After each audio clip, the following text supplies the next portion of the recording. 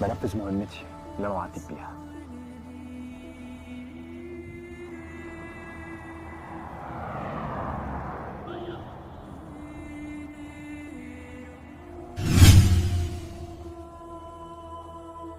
انت شايف كده؟ اديني فرصه.